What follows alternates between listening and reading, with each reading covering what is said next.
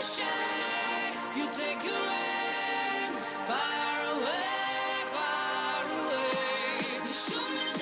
1116 SEN, Chasing Birdies with Mark Allen and Craig Spence for St Andrews Beach, the best public access golf course on the Australian mainland. You better believe it is. Welcome everybody to Chasing Birdies. Massive program on tonight. Jason Norris, the winner of the Fiji International at 44 years old. $250,000 he picked up, and he's a European Tour player for the next couple of years at the rock bottom level. So right away he goes, 2 years guaranteed on the European Tour. Mark Hayes will tell us what's happening in the Golf Australia world. Get to golf.org.au and you'll see more of his stuff. But the 99 Australian Masters champion is in the studio tonight. Nice to see you, Craig. Good to see you, Marco. Cold, wet week out there. Yeah, I saw the weather come across. Jeez, I played golf this morning and it was magnificent. Where'd you play? I played at Kingston Heath. It was absolutely sensational out there. I've got to say the 19th hole, now the 19th hole at Kingston Heath, they're just about to redo it. They're just making a little bit of extra room. So the 6th tee at Kingston Heath is going to go back a little bit. Yep. The one that comes back to the pro shop in the clubhouse. Yep. Just a little bit. And what they've done is the old 19th green used to be very close to the 2nd tee. So that was a little bit difficult when the big tournaments were in town. So they're making a little bit of room, and that is fantastic news. And I reckon it's going to be even better than the old 19th, because it was one of the best 19th holes you'd ever see.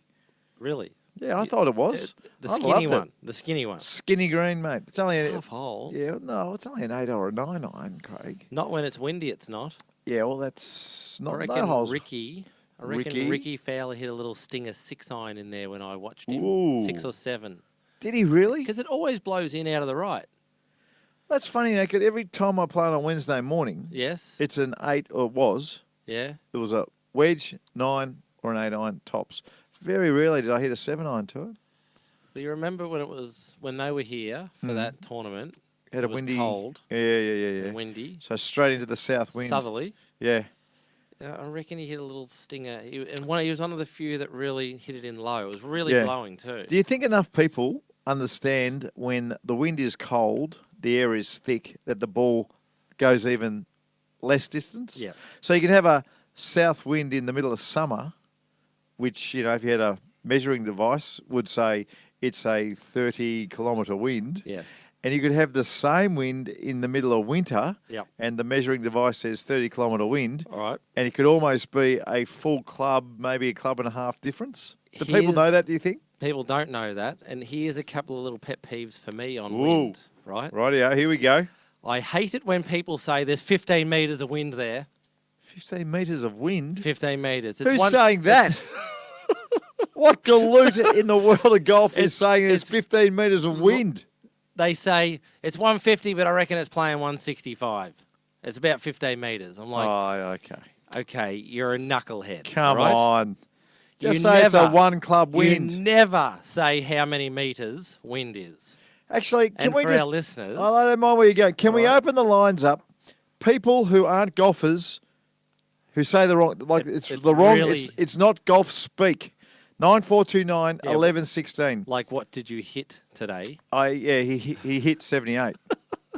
No. It's like cricket. I wouldn't even say he made. In cricket, you say he made 78 runs. He made 78. Don't say hit. It's either a half club wind. Yes. A full club. Yes. Two clubs. Yes. 3 clubs. Yes. 4 clubs. What about if someone said it's a 4.5 club wind? What would you say to them? Wouldn't go down well. 9429 1116. Golf speak. It's very important in the world of golf. For people out there listening, how to practice in the wind. Yes, go on. This time of year. Because what do people do in golf? What do slicers do if they're slicing it? What do they try to do? They aim more left, and they try to start the ball further left. So Correct. what does it do? It goes even more left. So what do people do into the wind? What do they try to do to hit it low? They try to hit Put the ball back. They try to hit more and more down on the ball, what does it do to the ball, generally? Yeah. And do they hit it softer or harder? Yeah, they go as hard as they can. Absolutely. And how high does it go? It goes crazy high. I've seen guys where it's coming back near them. But see, this is your job as somebody on a golf show who is trying to tell people how to do it. So how do you hit a shot into the wind? And by the way, we're live on Facebook. Head to facebook.com/SEN1116. And what happens when Craig talks about getting better at golf? Yes. If you actually watch on Facebook Live, he does all the actions. Hand you'll movements. pick up more if you're on Facebook. But go on, what should people be doing? Into the wind and a real, let's say a 3 or 4 club wind. All right, 3.5 club? No, 40-metre wind. All right, 40-metre wind. In Scotland, it's an 80-metre wind. But anyway. Yeah, go on. They need to hit, number one, if you ever watched the way Greg Norman, and I steal a few ideas from Lynchy over the years. Yeah, good. If you watch Greg Norman, do you remember what Greg Norman used to do in the British Open with his iron shots? What did he Do do? you remember how short he used to swing it? Yes, I do. He used to actually hit little half chippy shots into the wind with long irons. He didn't take a big smashing, I'm talking about when he was punching the ball low. Yep. If you think back, he would actually take half swings. Absolutely. Right? So for our listeners, the reason you take a half swing is it doesn't allow you to get as steep on the back of the ball. Correct. And you can actually catch the ball fairly clean. You can put the ball back in your stance if you want to. And there's less time. Now, this is just me. There's less time for you to release and pop the ball up into the air. I reckon a lot of people who have a long backswing when they chip, they're always hit the ball too high when they chip.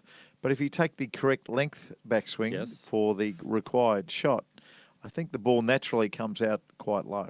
Yes, you can take the half swing, catch it on the on the sweep, if you like. Yes. You don't have to hit down on it tremendously. No, you don't. The other thing you have to do is if you've got a 6-iron yardage, you need to take 2 more clubs. You need to take 4-iron, even 3-iron, right? What a lot of people try to do, they'll go down 1 club and they'll try and hit it hard because they don't have enough club in their hands. Yeah. Into the wind, I'm talking about Melbourne this time of year, strong Cold wind, straight in your face. Take 2 or 3 or even 4 extra clubs. Take a little grip down. On the range, you can practice off a tee. Yeah. Even.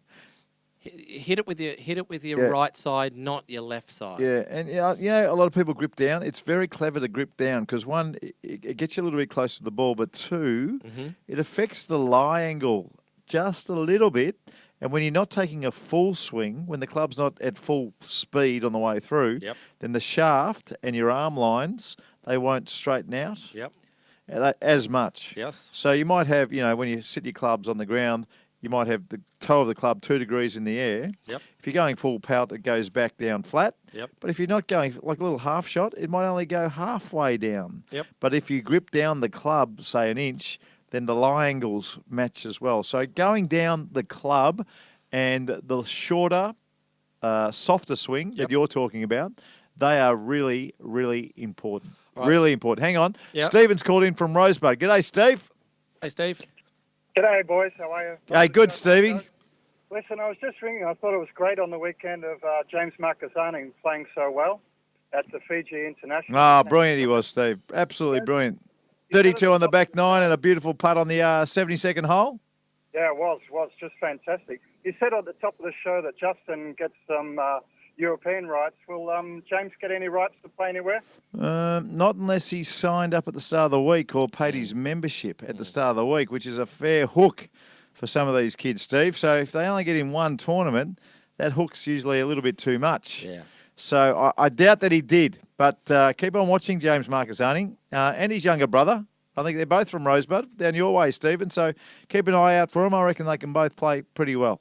Yeah, I think they have to pay the equivalent of tour school, which is about probably £2,000 or something. Yeah, at the start of the week. $5,000 or something, is it? Something like that. Yeah, it's a lot. It's a lot. If you're battling, it is a lot. It's a lot of money. Well, you've only got one event to rack it up in. See, again, this is why I've been pushing for a long time. If you have the Tier 2 tournaments before Christmas in a mini order of merit situation, the top 25, top 30 get into 4 European Tour events, maybe 5 if Fiji is going to be around, and maybe New Zealand can squeeze one as well.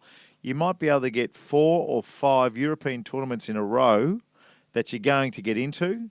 Then it's worth stumping up that cash. Yeah, it is. So one, if you win a tournament, like our next guest, Jason Norris, you're a European Tour player, But two, if you're a James Marquezani Yep. and you play well on the first one, all of a sudden you've just got to play well in one more event and maybe you trip over the line. But when the European Tour events are scattered throughout the year, so like Perth's at the wrong side of Christmas, this one's in a different place, it's hard to actually go, well, am I going to get in these other events? That's why it's important. That's why if anyone is listening from Golf Australia or the PGA, if anyone is listening, why don't we make this a focus? I've only been on about it for 15 years. I can't keep going. People will get angry. So when you played in the wind, what did you do? What was your I was a low trigger? ball hitter anyway. I was a low ball hitter, but I had great confidence in the wind because I felt like everyone was then playing my game, which was chipping and putting. So I stepped on the first tee at a windy day, and I knew that half these guys, they couldn't chip and putt like I could. And I naturally hit the ball nice and low, so I was always very confident, like super confident, and played my best in the windy type days. So I used to love it. But my fear, Craig, was the perfect day because everyone was sticking it close and I'm still missing greens like it's the windiest day you've ever seen. So it didn't help me one bit. You probably knuckled down and focused more in the wind too with your shot selection. Yeah, I probably felt the shot better. Yeah, I reckon you're right. Well, there's less options, isn't there, in the wind? I think the hardest shot to hit is centre of the fairway to a centre pin. You know, if you're off to the right or left and you got to draw around a bunker or around a tree or something. Your decision's already made, isn't it? Yeah, you can feel the shot straight away, and you actually commit to swinging a certain way. Yeah, there is that. Henrik Stenson had a win. Nice to see him in form after an Open Championship. Ninth last, dropped all the way down to ninth in the world rankings in the FedEx Cup this week. You love the FedEx Cup, don't you? I'm in. I'm all in. I wouldn't say I'm all in yet, but the thing about Henrik is, I like it. Well, how well he has to play to win, because I don't know whether you watched the back nine, but they just kept making birdie after birdie. They're phenomenal, mate. And the putts he made down the stretch. The US Tour players, it's just a whole different world that they play in. The golf that they play. There were two aces on the back nine. Yeah. On that. The golf they play is out of this world now. And it was perfect conditions, perfect greens. Incredible to watch. I mean, incredible to watch. Do you remember when we came up through the system, you were either a great ball striker or a great chipper and putter? Yeah. Or you're Greg Norman who could do both. Yeah. How many of them, like, good? There was only one Greg both? Norman. Yeah. I know. There was just one. But now they all do it all. Yeah. What happened? Well, yeah, I've got a theory on that. Because the ball hasn't made us all better putters. No, I've got a theory here. I've got a theory for you used to either be a good wedge player or a good long iron player once upon a time too. Yep. And the theory I have behind that is that once upon a time, with each half inch that the clubs decreased, it was equal to 1 degree. But now that they've done all the science and they've got the slow-mo cameras and everything, it's not 1 degree anymore. Yep. It's like 0.4 of a degree. Right. So now you know what, if you hit your long irons beautifully, you got down to the wedges and they were all too upright probably. Right. But if you hit your wedges well, by the time you got to the long irons, they were all way too flat. That's the way it worked with the old way. But the first person who I'd ever heard of who bucked the trend. Yes, who? G. Norman. Really? Greg Norman was in, because once when I was you and I were members of Langdale. I'd been there since I was a 12-year-old. Yep. And Lynn Jacklin used to have the pro shop, and he had the only loft and line machine in Australia. David Graham gave it to him. He loved equipment, David. Yeah, absolutely. So the Shark used to come in, and he saw the David Graham machine, and he would come in and get them checked. And I was like a little kid, and I'd be sitting there, this is Greg Norman. He was about 26 or 27 at that stage, and a god. Yes.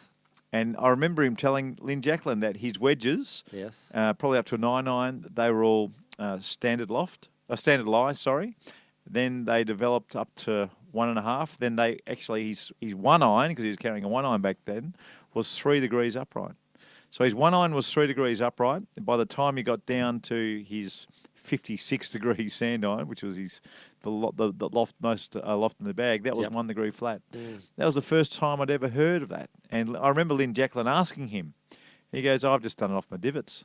That's what Greg Norman said. Did it off his divots. Really? But nobody else was doing it. Everyone else's clubs came at if they go down by half an inch, they are 1 degree less. And you can, the old loft and lie machines, you can even see it because they carved in the loft and lies into the side of the machine. Yep. So 1, 2, 3, you used to have to poke the stick through the hole for each one.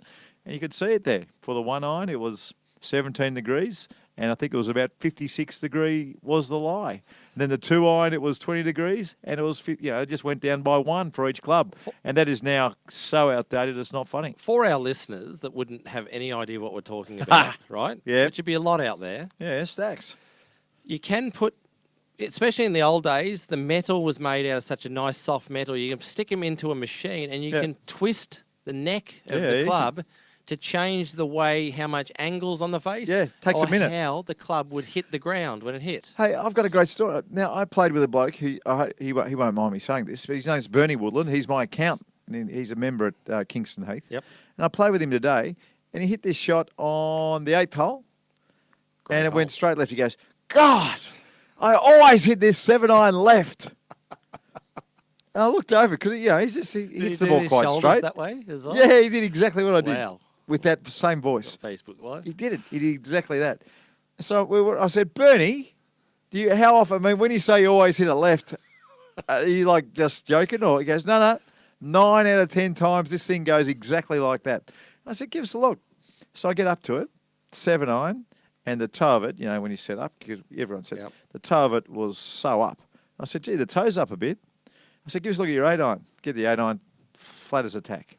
So I reckon just by eye, his 7 iron was 3 or 4 degrees off. All right. Which is easy to do. And if you're 2 or 3 degrees too far upright with a 7 iron, every shot kicks to the left. So I promised him I'd fix it, and then I ran off. I forgot all about it. You've got to do it next week. I've got to do it next week. I've got a theory on great ball strikers / back in the day great chippers. Yeah. Can we do that towards the end? Because we've got to take a break and get to Jason Norris. So Jason Norris, he's over in Adelaide. He's the winner of the Fiji International, and we'll be speaking with him next. On 1116 SEN, Chasing Birdies with Mark Allen and Craig Spence for St Andrews Beach, the best public access golf course on the Australian mainland. All your calls a little later on the SEN open line. Thanks to Get Wines Direct. Online wines made easy and the best deals every day. And Chasing Birdies thanks to St Andrews Beach. What a place. I know a couple of groups who went down there the last couple of days. They cannot believe how good it looks. The best public access golf course on the Australian mainland. And we're live on Facebook. So head to facebook.com/SEN 1116 and you'll get to see the 99 Australian Masters champion. Give him a thumbs up to anyone who sends him a message. And I'm talking to anybody right here in the studio. If I get a comment that mentions my name in it, I'm giving you a thumbs up. Thumbs up. That's the way you operate. That's the way I roll. Well, I'll tell you what, the way Jason Norris operates these days is going to take on a whole new meaning. He's the winner of the Fiji International, and now he's a fully bona fide European Tour player, and he joins us on Chasing Birdies. G'day, Jace. G'day, Marco. How are you, buddy? Yeah, I'm really well. You're still coming down from the clouds, I imagine? Mate, I think I just landed back on Earth. What have you been doing the last couple of days? 250,000 jumps into the pocket, but more importantly, status, like serious status on the European Tour. Yeah, it's unbelievable, isn't it? And I've been going through a lot of messages the last couple of days, trying to get some sleep, which I haven't been able to do, and just entering some events as we speak. About a minute ago, I just entered in Switzerland for a week and a half.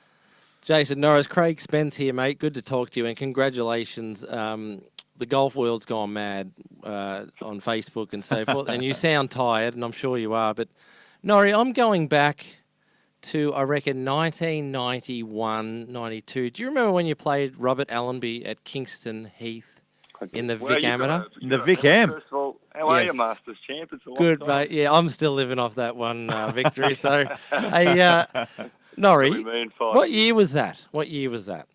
Well, you got a better idea than me. I turned pro in 96, so it had to be around 93 or 4, I imagine, playing Allenby. I remember you played really well, and Allenby ripped you to shreds because he was just absolutely knocking the stick out. Anyway, mate, how have you found, because you've been through some serious health issues, for some of the people that don't know, tell us about that accident you had in Coolum, and that put you out of the game for, what, nearly a long year? time, Year and a half? Nearly, yeah. I was trying to forget that. Spence. Sorry, Norris. Well done, Craig. Yeah. No, it was a long time ago. 10 years now, but I'm still here to talk about it, but it did knock me about. I was a centimetre from dying, the doctor said, when he said my nose was a centimetre from my brain. So Wow. not good memories. No teeth left, a lot of jaw problems. But as I said, I'm still here to talk about it. Hey, Jace, you've won a number of times on the secondary tour. We're talking about which ones were they? South Australian Open or PGAs and a number of them. Good homework, Marco. Well done. It was a WA PGA. There we go, yeah. Well, I was Open both in 07, and then after my accident was probably the most monumental after my accident because it was a long time back with 2010 Vic Open at my home club, Spring Valley at the time. Yeah. Now, so there's some big ones, and like the second tiers, they're hard to win. I mean, you look at some of the scores when they win that tournament, and the scores are very much comparable to when the big guys are in town. You see that at Huntingdale. You see the scores that win the Victorian PGA at Huntingdale. It's the same sort of score that wins when the big boys are in town for the Australian Masters, Jason. So they are real feathers in your cap as far as I'm concerned. But when you're in the hunt for something that gets you onto the European Tour, how is the body and the head feeling, when the back nine, you make the turn, you're standing on the 10th tee, you're in it up to your eyeballs. What were you saying to yourself? Oh, yeah, I agree. I think back to the tier twos, I've always said if you can win one of them, you can win anything. Yes. And I've agreed with that, except for the media, which is what you're saying now, the back nine. For some reason, I can't explain it, but I just felt good on that day. And I didn't think of the money. I didn't think of the European Tour until my 18th tee shot. I would go as far as saying, like obviously 16, you shrink the Titans a little bit and you... Got a nice. Did that get a nice bounce as a par five, or was that the? No, 16 is the one with the rocks on the fairway. It's probably the toughest tee shot on the golf course. And, yes. I made triple the day before as well, just to make matters a little worse. But I didn't change it. I'd heard from people that Gowie had a crack at me for hitting driver, but this driver's the straightest club in my bag, so that's the one I'm going for on the tight hole, and that's why I think I've done well on tough golf courses. Righto, and what now? Tell us about the what's in your head. The par 5 17. You're a few shots in front, and there's a lot of stuff left. Like you just don't want to go left, but you ended up hitting a ripping shot. How are you feeling over that one? 17, 18.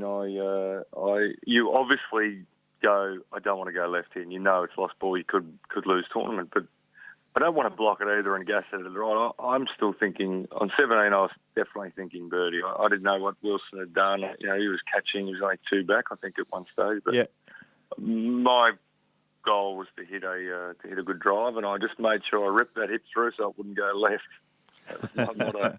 Nice. So when you say that, Norrie, you're talking about the club head or your actual head? You just worked on getting the club head through? If I get my hips working, I never hit it left. So... the club can't flip over once you... so all those amateurs out there, you don't want to go left, get those hips working. So that's what you need. That's nice. That's what you need to be able to play good golf under pressure, isn't it? You need to know what works when there's trouble left, and you need to know what do you do when there's trouble right then, Norrie? What do you go to? Slow hips. I hide. No, I've been lucky in my years where I've been all right under the pump where I can hit it straight if I'm thinking correctly, but...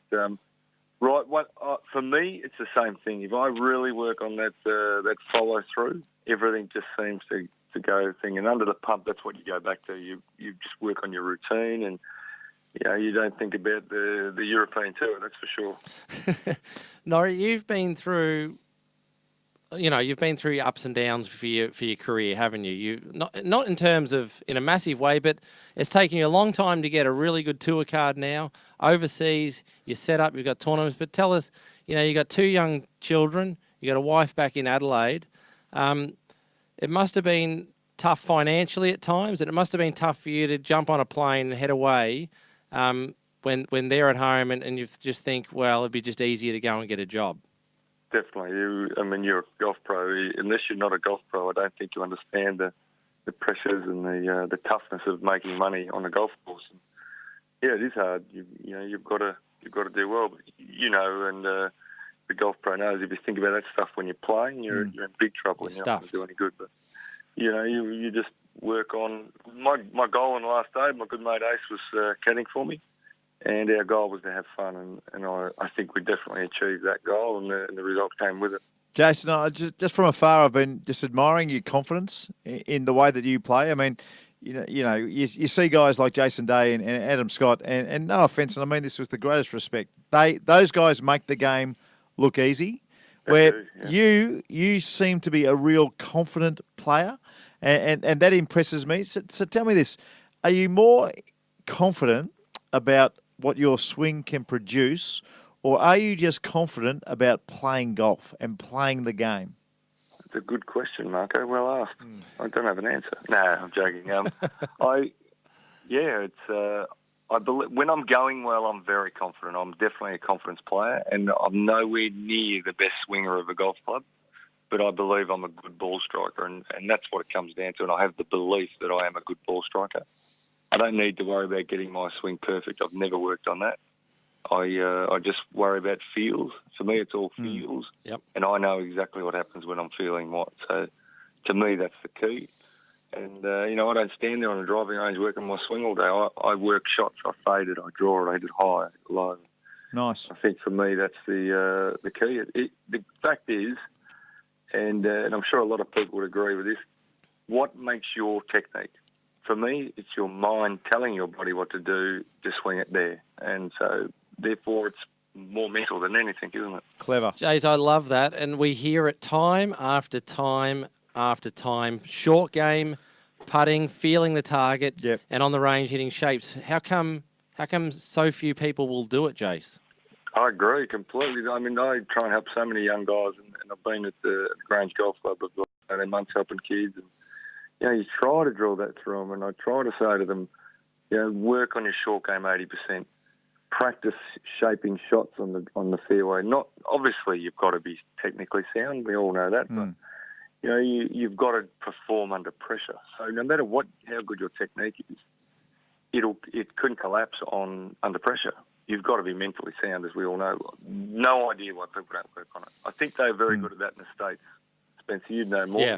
You're the only gun here that's played there. I'm not sure, Mark. Have you played the States? I played the secondary tour, Jason, a long time ago. Got to the last stage and missed my tour card in the last stage and played a year and a bit on the seconds. That's way better than Norris. Not quite as good as Spencer. I'd say Norris this. Sorry to cut you off, Marco, but I'd say Norris this, that I think that you can't necessarily not ever work on your technique because it is a requirement, right? But people forget that you've got to use both sides of your brain. At some point, you've got to turn off from that and actually just hit shots and trust that technique will be there. Both sides of the brain is a good way to explain it, Craigie boy. A really good way to explain one's it. One's the visual, one's the technical, isn't it? Yeah, it is. Hey, last one, Jace, last one. You win the tournament, European Tour officials come up to you and go, do you want to go to Denmark and play? Now, I imagine you were very keen to go to Denmark, but you got to get home to South Australia and say hello to the wife and kids. My answer was like, wow, Denmark, $3 million. I'm like, well, if you had asked me a week ago, I'd love to go. But unfortunately, I need to get home and I need to sort some stuff out and go to Switzerland in a week and a half for me, the first one. Hey, Jace, your story is a ripper. Well done. I just cannot get over what you've achieved. And at the age of 44, to get your chance on the European Tour like you're about to get, to basically just peg it up wherever you want. That is stunning. It is stunning, and we wish you the best. All the best, Thanks, mate. Boys, and I just want to put a thank you out there to all your viewers and all the support I've had over the years. It's been amazing, the support I've had in the media and Facebook and all that, and it just really makes me choke up, and I'm really proud and just want to say thank you to everyone. Good man. You're making a lot of people happy. Jason Norris there, the winner of the Fiji International. He should be playing in Denmark this week, but you're going to see him late night on the European Tour, hopefully winning some more big checks. Coming up next after the break, Mark Hayes from Golf Australia. On 1116 SEN, Chasing Birdies with Mark Allen and Craig Spence for St Andrews Beach, the best public access golf course on the Australian mainland. We're live on Facebook. Head to facebook.com/SEN1116 and you'll see Craig Spence, the 99 Australian Masters champion. The lines are always open on Chasing Birdies. Your calls on the SEN open line. Thanks to Get Wines Direct. Online wines made easy and the best deals every day. And Chasing Birdies thanks to St Andrews Beach, the best public access golf course on the Australian mainland. Now, the best Golf Australia media manager that there has ever been. Yes. You can read his stuff on golf.org.au. And also, he's always brought to you by the Kerr Lewis Golf Club. What a great place that is as well. Mark Hayes joins us. G'day, Hazy. Hello, Marco. I'm loving these introductions. I only wish I was watching on Facebook earlier. I've been waiting for Spencer to be dancing around to Titanium. Yeah. I already did that. He does a little bit. Early days, Hazy. Early days. Hey, I always like having a bit of a look at what's happening on the golf.org.au page. And your article caught my attention this week. And it's to do with the format of golf. And we've got that many tournaments. I think the way you worded it, we've got 50 on the US Tour, 50 on the European Tour, 50 on the web.com. You got seniors tours, you got the girls, all the amateur events, all up. It's around 400 or 500 tournaments right around the world?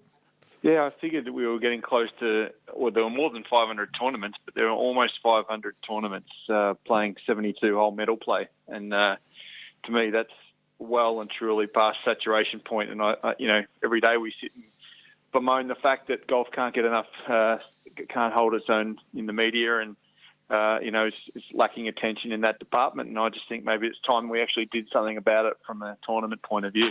So what's your favourite, Hazy? And I welcome everyone to call in 9429 1116. Call in on the open line, thanks to Get Wines Direct. Tell us what format you'd like to see a little bit more often because, Hazy, I reckon we see different golf courses and different styles of golf and we're in different countries. And I think that satisfies the same type thing you're talking about. To a point where, if we've got 80% a stroke play and 20% something else, does that feel like it would be about the right mix? It might to you. I'm not sure what your numbers are. I'd go much further than that. I'd get down to like 50, 60% maybe stroke play. I'd be intrigued as to try more team events in particular. I think it's crazy. We all take, even though it hasn't got anywhere near the shine of the Ryder Cup, we all take great interest in the President's Cup, and we get to see it for 4 days every 2 years. And, that just strikes me as crazy. I think I'd love to see the guys pull on the green and gold a bit more often. I know that it's hard when you've got sponsors in different cities, particularly in the US, who invest millions of dollars and expect to see something, traditional and everything like that. But we've got to think of the big picture of the game these days. It's, if we want to attract a new audience, just like cricket did with 2020, we need to be trying something different. So I love match play. I love team events. I want to see more of that sort of stuff. I think, Hazy, when we saw a 4-round stroke play for the Olympics, I think we all just rolled our eyes we fell and over just for that one. Punched ourselves in the face because it was just such a missed opportunity. I mean, we talked about at the time how good the state series is.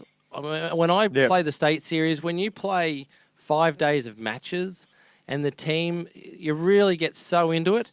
I mean, we need more of that, don't we? I couldn't agree more. That stroke play is just boring as bat, it's just out of control. Really? You've had enough? Yes. I mean, I would have loved at the Olympics to have seen men and women playing in the same team.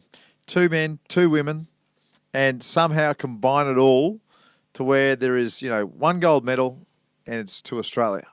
And that's a bit like the equestrian, where you see men and women all vying for the one medals, the one group of medals. I would have loved to have seen something like that, Hazy. Yeah, I was, like you, Spency, absolutely stunned when that was the format they came up with. I know that they only had a certain number of medals they could give out, so that I agree with what you said then too, Marco. It would have been great to have a mixed event or a teams event as well, but apparently they're only allowed to give out, the 2 gold, 2 bronze and 2 silver to golf. So hopefully that changes in coming Olympiads. It's obviously in for another 2 coming up now. But I think just generally, like I wrote in my my story today, I would like to see Australia take advantage of the things we have going for us. In terms of the February section of our golf, the Perth Super Sixes to me is a great concept. Yeah, that was really good. To be commended by the PGA. The Vic Open we've rabbited on about ad nauseum over the years. It's just been magnificent. It's been sensational.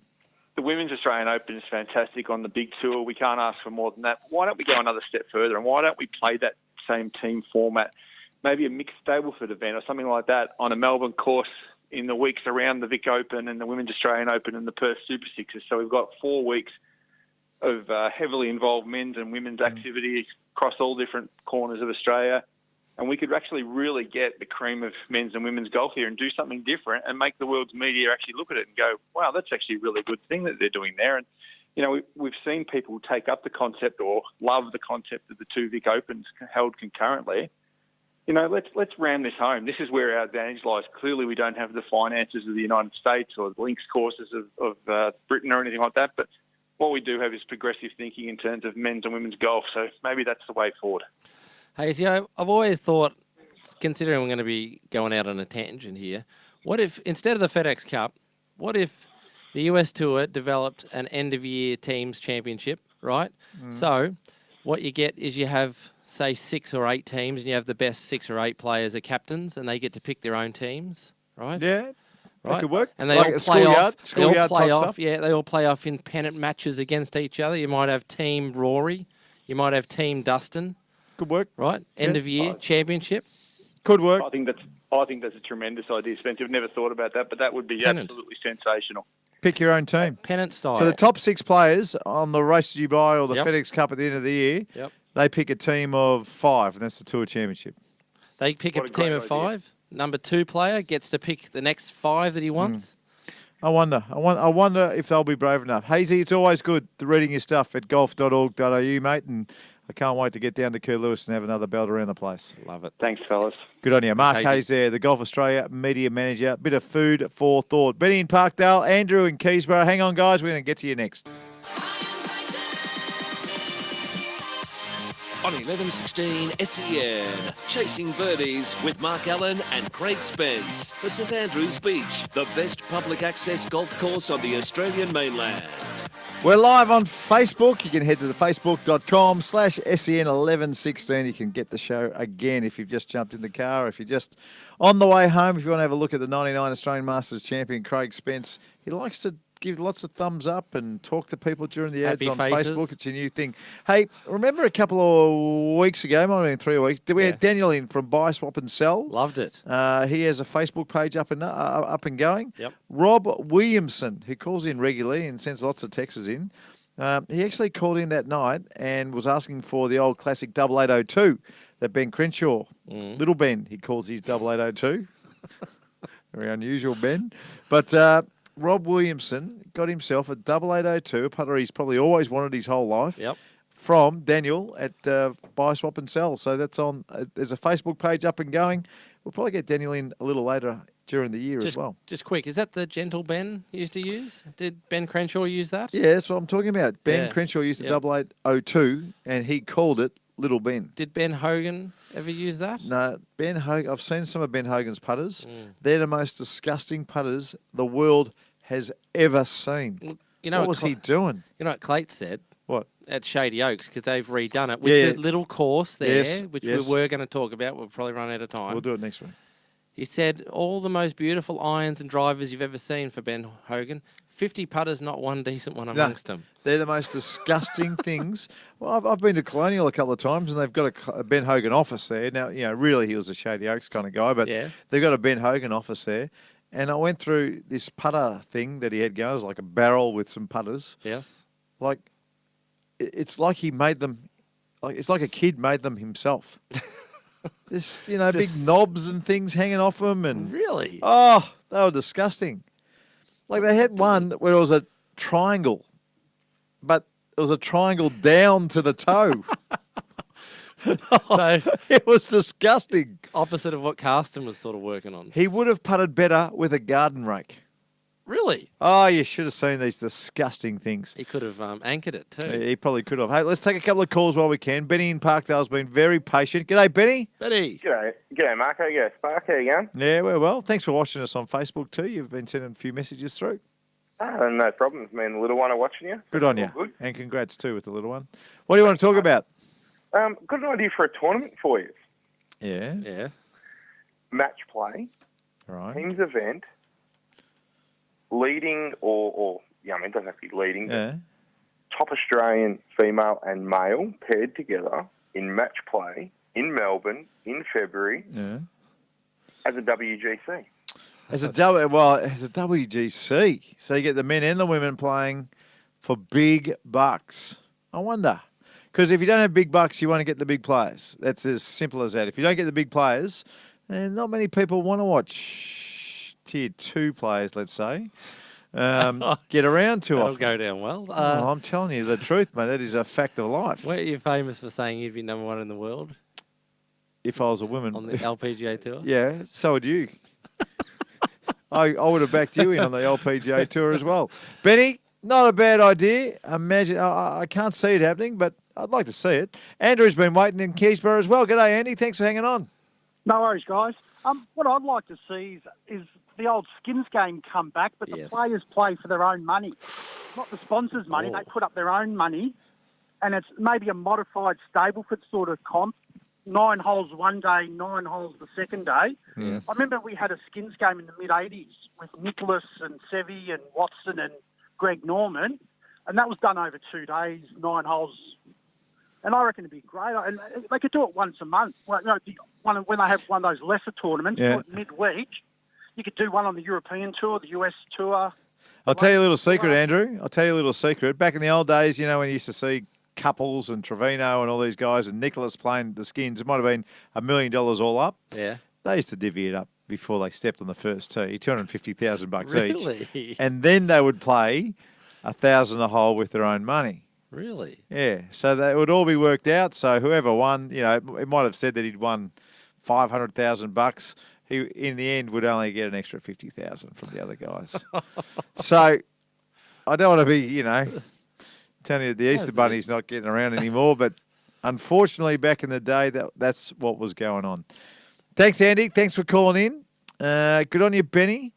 Yeah, I don't mind. Look, I'm still a stroke play kind of guy.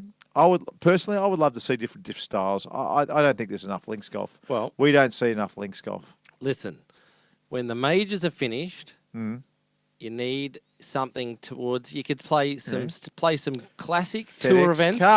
FedEx Cup. Teams Championship. Race to Dubai. Teams Championship. Yeah. It's a winner. It's a guarantee. Yeah, well, it's coming up soon too. It's President's my Cup. idea. President's Cup is your idea. You just want to make money out of it, don't you? Just a little clip. You're That's all I'm incredible. after. Thanks for coming See on, you mate. next We week. appreciate it. Hey, the feature hour coming up with Jeff Polter. Special guest this week is Bernie Evans. Finey, thanks again for letting us talk golf on your show.